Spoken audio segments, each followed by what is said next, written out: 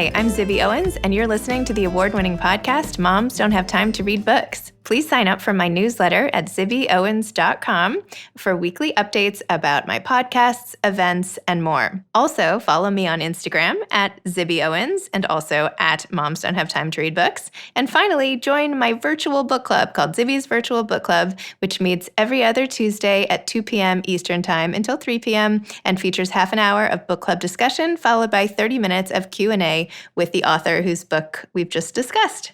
You can sign up on my website, zibbyowens.com, under the Virtual Book Club section, or even on Instagram under the link in my bio. I hope you'll find me in all these different channels and enjoy this podcast. The sponsor for this whole Labor Day Book Blast week is firstbook.org. Obviously, the pandemic is crippling education for millions of students, especially those in low-income communities. The widening digital divide and extended quote-unquote summer slide due to COVID is devastating. Apparently, 40% lack access to reliable internet and functioning digital devices they can use for online learning, making the need for physical books and resources to prevent further educational backsliding absolutely critical. First Book breaks down the barriers to education for children living in low-income communities by providing its network of more than 475,000 educators serving children in need with free and affordable new high-quality books, educational resources, and basic needs items through the award-winning First Book Marketplace nonprofit e-commerce site. They need your support to ensure these children have what they need to learn during this critical time. Visit firstbook.org to help. Kate Riordan is the author of The HEATWAVE. She's a writer and journalist and an avid reader of Daphne du Maurier and Agatha Christie, both of whom have influenced her writing. She lives in the Cotswolds, where she writes full-time. The HEATWAVE is her fourth novel. Welcome, Kate. Thank you so much for coming on Moms Don't Have Time to Read Books to talk about The HEATWAVE. Yay, thank you for having me. It's my pleasure. Did you intentionally pick a shirt that matched the cover? Oh, no, all my clothes are green. It's fine. Oh, good. Okay, perfect. Excellent. I just wanted to make sure, Yeah. A good idea. I should have gone with that. So for people who don't know, could you please describe what The HEATWAVE is about? So The HEATWAVE is about a mother, a single mother, divorced mother, Zibby, who's returning to the south of France where she's from with her younger daughter, Emma, for the first time in 10 years. And 10 years earlier, she lost her eldest daughter, Elodie, there. And the book really is about finding out what happened 10 years ago. So it's a sort of a suspense novel, really. And what is it that inspired you to write the story? I know it's not your first novel by any stretch. How did you come up with these characters? Why this story? I think I first of all really wanted to set a book in France. So that was my starting point. And I'd been kind of looking for an excuse for years because I went as a child and spent many, many years in France. My French is not actually very good, but my heart's in the right place and I do love it. So I always wanted to write a book in France. And then I really wanted to write a book about sort of sibling rivalry. And the initial idea was to have it written from the point of view of the younger daughter, the younger sister, Emma, who's sort of 13, 14 in the book, and have her living in the shadow of this older sister that was killed 10 years earlier, and how she deals with that she's half resentful and half kind of adoring. But then I found when I was writing in Emma's point of view, it was a bit flimsy and I didn't feel as though it was coming very naturally. And so I thought I'd try out writing in Sylvie's voice, Sylvie being the mother in her early 40s. And it suddenly took off then, the book. So then it became a book about mothers and daughters and a toxic relationship between a mother and a daughter. And then I got really into that. And I just I'd found my book then. And it came quite easily after that. I mean, there was a lot of editing. I'm not saying it was that easy, but it was, certainly I felt immediately as though I'd got the right story when I started writing from Sylvie's point of view. I loved how it wasn't just from Sylvie's point of view, but it was almost as if it was a letter to Emma, right? It's always like you came in and I was giving this to you. So as a reader, you feel like you're just sort of listening in on a mother's conversation with her own child, telling her this whole story, which was like so great, especially as things escalated and got very, exciting. Hopefully it's exciting. Yeah, I enjoyed doing that. And my editor and I had a discussion early on about, do we like this second person narrative? Is it confusing? And I really stuck up for it and thought it made it more intense, actually, because it's kind of, well, why is she, it's really an apologia to Emma, and why is that? And what's happened and what doesn't Emma know? And that was another reason actually for moving the point of view into Sylvie's head, so that she became a more interesting narrator, because actually the whole point is Emma knows very little.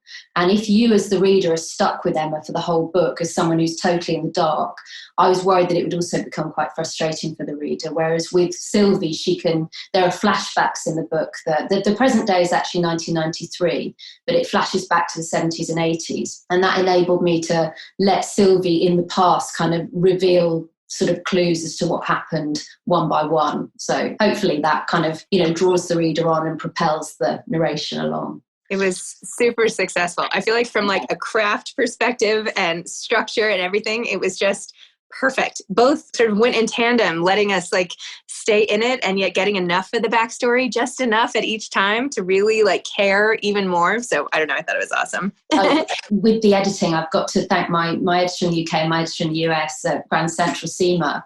They really worked me hard to make the book tight and said things like, she's sitting by the pool again, things need to happen. So I think, I have them to thank for a lot of that. I did the kind of nice atmosphere and they helped me kind of nail down the action. So the atmosphere also was fantastic. I felt like it was my biggest vacation in this whole quarantine time where international travel is not allowed. And all of a sudden I could smell and taste and see and hear everything going on in the south of France. So it was such a nice little respite. In fact, I put it in my newsletter this week and said, like, if anybody wants a trip to France, pick up the HEATWAVE. And so I have all these people saying like, thank you, I got it. Yes. And I feel like I took a trip with you. And it's so anyway, so that's really great. I loved also, as you were mentioning before, this whole relationship with mothers and daughters and how fraught it is. And there's some stuff in here that's very much relatable to really any mother and daughter, and any new mother especially, who's trying to get to know their child, and you never know what you get. I mean, It's not always, I've said this before, but it's like before I was a mother, I thought that I would have a lot more control over how my kids turned out. And as I've had more and more kids, it becomes very clear to me that I have no control and that they're kind of born the way they're born. And all I can do is sort of, straighten out the edges, but the bed is made. So here's one quote. You said, although my joy is laced with fear, it's the kind every parent feels, the kind that hurts your heart and makes the world seem as amazing as it is hazardous. I am a mother. And this is right when she becomes a mother and is sort of trying to figure out how to process this in the context of the world. Tell me a little bit. Before it all goes wrong. Before it all goes wrong, yes. Although it goes wrong kind of slowly, and so you get to go along with her, which is great. Tell me a little about that part of the narration and the relationship between mothers and daughters and sort of your own perspective coming into it. Like, did you take anything of this from any part of your life or relationships you've seen, or, friends or relatives, or like, did any of this germinate in a part of your life? I think the thing that really is strongly drawn from my life is actually Sylvie's relationship with her younger daughter, Emma. So in the present day, in 93, a lot of that is me and my mum. I'm my mum's only one. My parents split up when I was 5, and I've got great step parents and it's all great. But mum and I were very close. So that is very much us. In terms of Elodie, who is the difficult child and the child that Sylvie really struggles to bond with, that is very much me having, it sounds bad saying having fun with, but really letting my imagination go. And I suppose I've been influenced by other books and other films in that sense. So something like We Need to Talk About Kevin is an obvious example of that. A mother who actually, my Sylvie, I think, started off with a much more idealised idea of motherhood than maybe Eva does in We Need to Talk About Kevin. But she becomes more and more ambivalent as time goes on and starts thinking. So there's those questions of nature and nurture, are the problems with Elodie my fault, or is she born this way? And then what happens is when 10 years later, because she decides she's not going to have any more children because she thinks she's terrible at it and she couldn't cope possibly with another one. And then she falls pregnant again with Emma by accident. And then Emma's really easy and it's all slots into place and it's exactly how she dreamed it would be. So then she starts thinking, more and more and feeling guilty about this. Gosh, maybe it is actually to do with Elodie rather than me. But I think even if a mother has a fairly straightforward relationship with their child, there's always loads of guilt in there and worry that you're not getting it right, or that you're going to kind of store up troubles for your children. They're going to be in therapy forever because of some small mistake you're making down the line. But it's probably also interesting to say that I'm not a mother. I didn't have children. It didn't happen for me. And that's a whole other story. But I felt actually quite liberated to write this in many ways, because I didn't have to, and I'm not saying, women writers who are mothers shouldn't write a book like this, but for me there were no qualms about writing a book that my child would one day grow up and read and maybe think, oh, did mum feel like this about me at any point? I could just go for it. And I felt as though I've got lots of mum friends who, there are things they don't say. There are still taboos. You might say, oh God, I'm finding it really hard. But for instance, I think a lot of mums don't want to admit that it's often quite boring being a mum of young children, and very repetitive, and you feel like you've lost yourself a bit and you've just become mum or mom. So I could explore all that and really go for it. And I was sort of trying to do a little bit of a service to mothers everywhere, I think, in that sense. I mean, that sounds ridiculous, but that kind of, I can be really honest because I don't have children. And, I think actually a lot of you feel like this sometimes, and that's fine. So thank you. Thank you for the service on behalf of moms everywhere. That sounds ridiculous. Give me a medal. Yeah, medal is in FedEx right now. Thank you. Can you talk a little more about your decision not to have kids, or is it private, or? No, I don't. I'm actually quite open about it. I don't mind talking about it. I actually had loads of miscarriages, and I had actually always been quite ambivalent about motherhood. I wasn't sure it was for me. I need a lot of my own space and time. I'm not good with noise. So I was never sure that I would be terribly good at it. And then, in a sense, it maybe wasn't taken out of my hands. I could have maybe kept going, but I made the decision that I didn't want to try anymore, and I didn't want to I felt as though my body wasn't my own. I felt the hormones were making me mad, and I just stopped, and it was a real relief, actually. So I have dogs instead, who are much easier, I think, probably. I don't know. I find kids easier than dogs. I mean, really? I've had a couple dogs, but I don't know. At least kids, you can reason with them at some point. True. I feel like dogs, I don't know. I don't know if they understand me. I don't know. I mean, I love dogs, but I don't know. I don't have the gift of dealing with dogs, which I feel like. I have two rescue dogs, but one particularly is completely nuts. And I've actually put her to bed in her crate with a cover over, because otherwise she would be growling and jumping up and wanting to see who you were, and you'll hear your voice. But you couldn't do that with a child, probably. That would be seen as a bit cruel to put them to bed and lock the door. Not be a good idea. I would not recommend that. No. So that's the good thing about dogs. You can do that. It's allowed. That's true. But I've realized that the child equivalent of that is basically putting them in a trampoline, because they can't really go anywhere. You zip them in, it's contained. Yeah, the noise, there is a noise factor, but it's usually outside. So yeah, the trampoline as modern day playpen for kids up to however old. Sometimes you can just throw your partner in there. Anyway, zip it all up. Oh my gosh. In terms of the structure of the book again, and I know I'm kind of jumping around here a little, but I've always been wondering, when you write two timelines like this and you have such discrete stories going two at a time, essentially you're writing two books at the same time, and then they have to somehow, marry at the end. Did you write one of them first and then the other, or did you write them both in tandem? How did you approach this, or the writing process of the story? I think I started off just writing random bits that interested me, because I have to sort of coerce myself into writing quite a lot. I really love it when I do it, but I sort of avoid it and I fight it. So when I'm writing a book at the beginning, I write bits that I'm interested in, and so they'll be all over the place. And I actually work on Scrivener quite a lot, because I find, I don't know if you know that program. Mm-hmm. Yep. It means you can kind of move things around much more easily than you could in Word. And so often I'll write sections and then move the order about. And with this one particularly, I'd written a lot of the kind of more difficult scenes, shall we say, the bits that maybe go in the last sort of 2/3, because it's the flashbacks are chronological. They see Elodie growing up. And I needed more at the beginning, so the kind of the softer bits, the bits about when she's pregnant and she's still getting on with her ex-husband Greg. So a lot of those were actually slotted in and written quite late. And I think if you do that, then you can you can play around with it, and you can also find little patterns. So if in a 1993 scene there's a sort of a theme going on, you can maybe have a little hint of that in the flashback that follows that ties those two things together. It might be something to do with the house, and a little feature that crops up in the house that reminds the reader that this is the same place. And I think that can add to the atmosphere and the idea of, the place almost being haunted by memories. So, yeah, I do lots and lots of moving about. And even old scenes I will then rejig and add in different nuance. And one of the main things I had to work on in the edit quite hard was actually to make the more dramatic scenes more. So it's hard not to give stuff away with this book, but Elodie is a very troubled child. And there are scenes where she's being a bad child and kind of scary. And some of that stuff I had to work on because my editors felt maybe some bits weren't scary enough. I was actually being too subtle with it, which was interesting to me because I think I've got a half brother and sister, but they're quite a lot younger than me. So I did grow up more or less as an only child. And I was putting in sibling rivalry scenes, and my editors were saying, that's kind of normal. And I was thinking it was really disturbing and dark.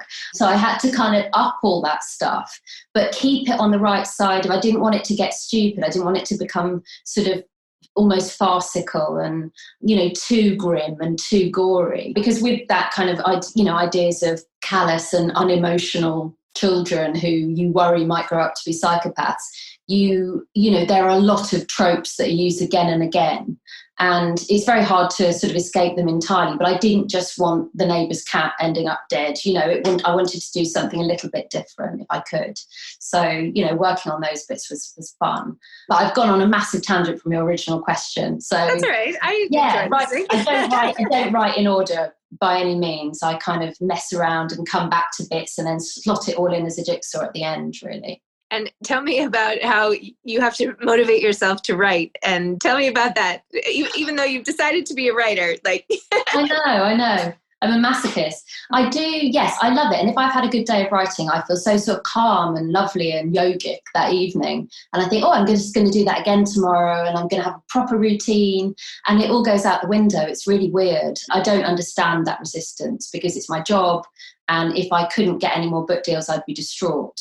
So who knows? But they get done. I've written 5 books. So I just think I maybe don't beat myself up too much because they do get done in the end. And I never miss deadlines. But I think I was a journalist before I was a writer. And I think I wasn't even on monthly magazines. I was on weekly magazines. And that really suited me because I'm quite quick at getting stuff down.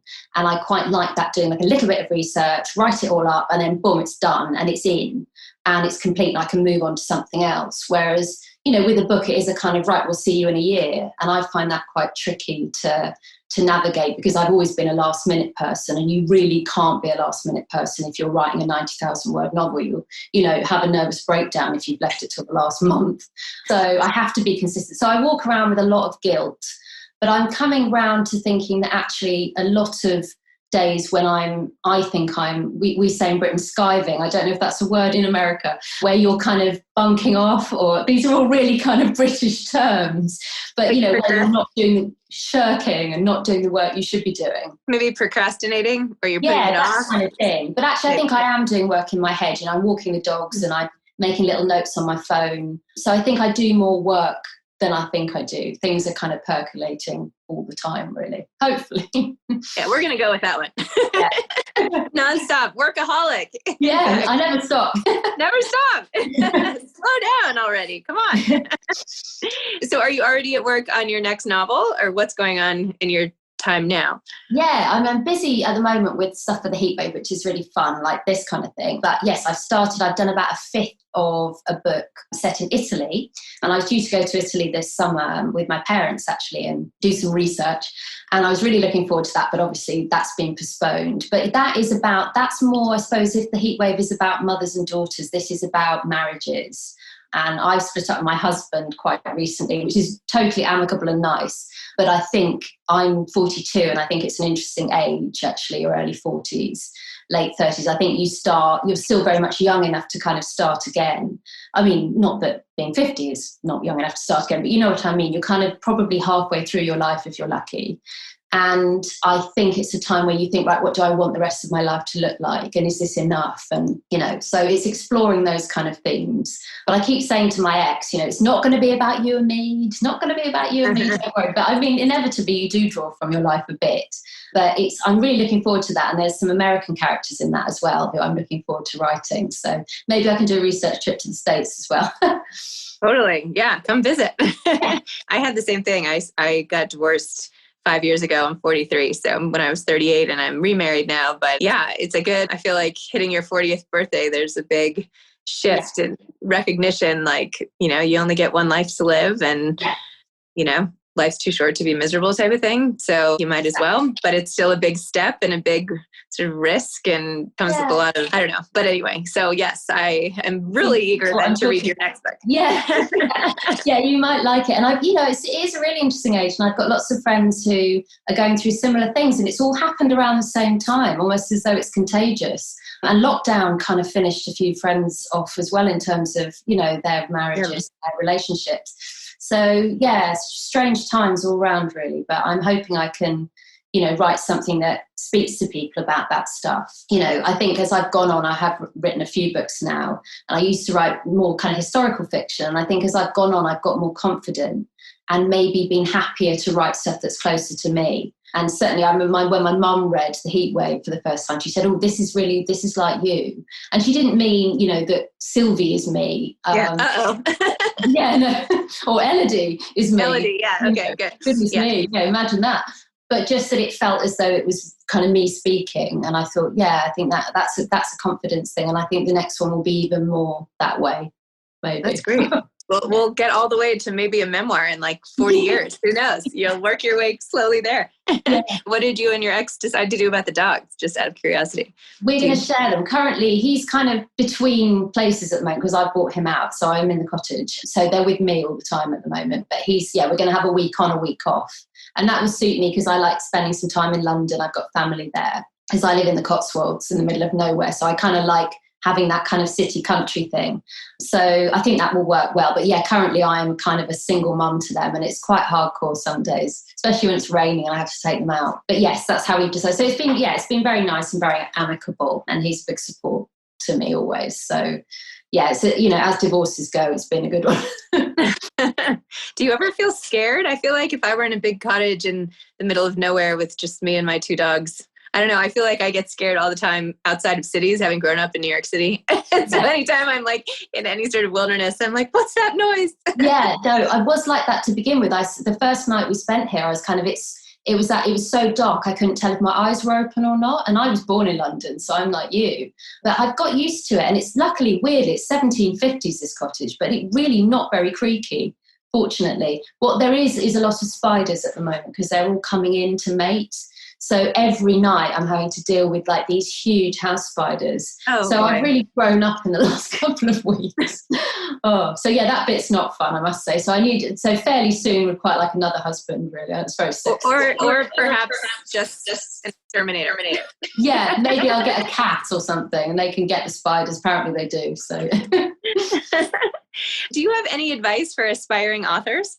I think, well, this is also advice to me. Give yourself a break. Don't beat yourself up all the time. I remember I always talk about this because I love Stephen King, but he wrote a book on writing and it really actually intimidated me. He said, because he's got this prodigious work kind of, ethic. And he said, if you're not writing 2,000 words a day, then, what the hell are you doing? You're not really a serious writer and you don't obviously want it. And it really made me not write for ages because I thought, I'm just not doing it properly. So I would say, do what you can, but also read, because I was a reader way before I was a writer. And you will learn what you like and what you don't like and what's effective. And if you read a book and you're on the edge of your seat, you can look at why that is and look at it as a kind of piece of like a construction. And that's the best way to learn, I think. So there you are. I totally agree. Well, if you end up needing to do, research on American divorcees, you can just, DM me or something and we can keep this conversation going. Yeah, that'd be great. Well, thank you. Thanks, Kate, for coming on. I absolutely love this book. I've recommended it 100 times and everywhere I recommend books, and just the way you write. And I know we talked a lot about sort of structure and all the rest, but your actual writing style is so beautiful, and I just loved it. I emailed your publicist in the beginning and I was like, I love this book. I'm like obsessed. So, anyway. Thank you. I love that. That's really made my day. Thank you. Oh, good. Okay. All right. Well, have a great day and stock up on the green shirts for future interviews. And, good luck with the dogs. Thanks so much, Zibby. All right. Have a great day. Bye-bye. Thanks so much to firstbook.org for sponsoring this Labor Day book blast. Please consider giving to firstbook.org to help their network of 475,000 educators serving children in need. Thanks for listening to this episode of Moms Don't Have Time to Read Books. Don't forget to follow me on Instagram at Zibby Owens and at Moms Don't Have Time to Read Books. Also sign up for my newsletter at zibbyowens.com and sign up for my virtual book club and meet lots of authors on Zoom every other week. Thanks so much to Steve and Ryan at Texture Sound for the sound editing. And thank you to Morning Moon Productions for providing this fantastic intro and outro music.